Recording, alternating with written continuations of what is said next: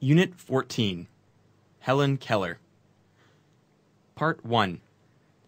On 27th of June, 1880, a baby girl was born to Captain Arthur Keller and Kate Keller in Tuscumbia, Alabama. The proud parents named their daughter Helen. She was a happy baby. She was also very intelligent. At 6 months, she could even say "wah-wah" for water. In January 1882, Helen almost died of a mysterious illness. Her parents were relieved when the doctor finally told them, "You are very lucky parents. She's going to live." But shortly after the doctor left, Mrs. Keller saw a strange look in her baby's eyes. She called to her, "Helen, Helen!" Then she screamed for her husband, "Captain, come quickly. Look at Helen." Before he arrived, he heard her cry, "She can't see or hear. My baby is blind and deaf." Helen's world was a dark and silent place. She became a very difficult child to live with. She ran about the house doing whatever she wanted. She became angry and violent very easily and threw things onto the floor or at other people. She fought with other children and sometimes hurt them. Helen was almost a wild child. No one could control her. The Kellers didn't know what to do. They needed help. In February 1887, Captain Keller contacted the Perkins Institute for the Blind in Boston. He asked the director of the institute for help with Helen.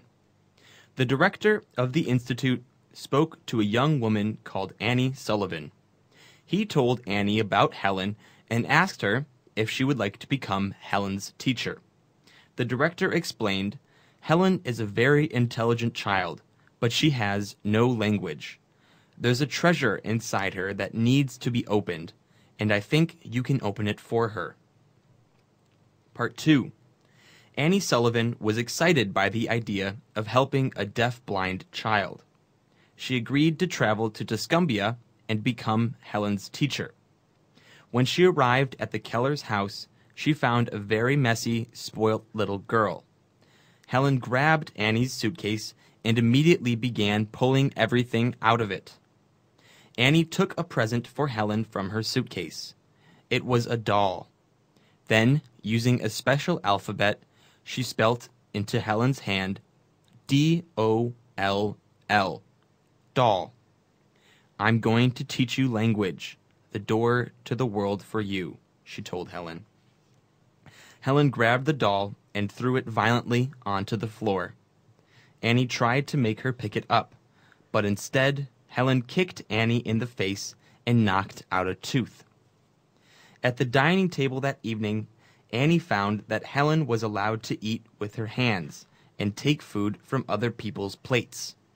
Captain Keller explained, "We can't have any peace and quiet unless we give her what she wants." Annie said, "That's exactly the point. This child is spoiled." Annie believed that Helen should learn good manners. She tried to stop Helen from getting out of her dining chair, but Helen fought back. Then Annie said to the family, "Please leave me alone with her. I can't teach her anything if you just let her do whatever she wants." Part 3. I stayed with Helen and asked the family to leave the dining room. Captain Keller was angry with me, but he agreed to go. I forced Helen to sit in a chair and eat from her own plate with a spoon. She was very strong. She kept knocking over her chair and throwing things onto the floor. But finally, she sat and ate her food. On that first evening, Mrs. Keller wasn't very happy with me. "Miss Sullivan," she said, "I'm not sure about your method of teaching Helen." "She ate with a spoon and folded her napkin," I told her. "My Helen folded her napkin?" said Mrs. Keller. She couldn't believe her ears. The next day, I told Helen's father, "I can't do anything with Helen unless I have her all to myself. I want her to depend on me for her food, her clothes, everything." Then I asked him if Helen and I could live alone in the guest house in the Keller's garden. He wasn't happy with the idea, but he agreed. He said that Helen and I could live in the guest house, but only for 2 weeks. 2 weeks, I thought. That's a very short time to perform a miracle.